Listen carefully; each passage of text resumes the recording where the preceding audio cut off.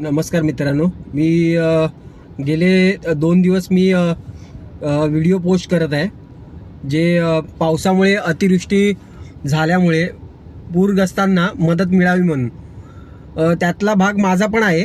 स्वतःचा माझा शेत पाण्याखालीच गेलेला, मी रायगडचा आहे।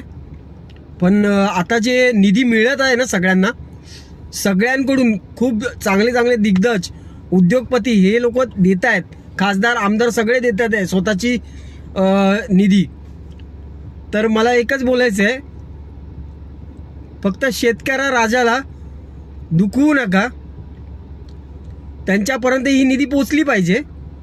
आणि आता 4 दिवस पलटलेत, तर माझं एकच म्हणणं आहे की त्यांच्यापर्यंत ही निधी लवकरात लवकर पोचली पाहिजे, कारण की जेणेकरून त्यांना ही निधी मिळाली पाहिजे।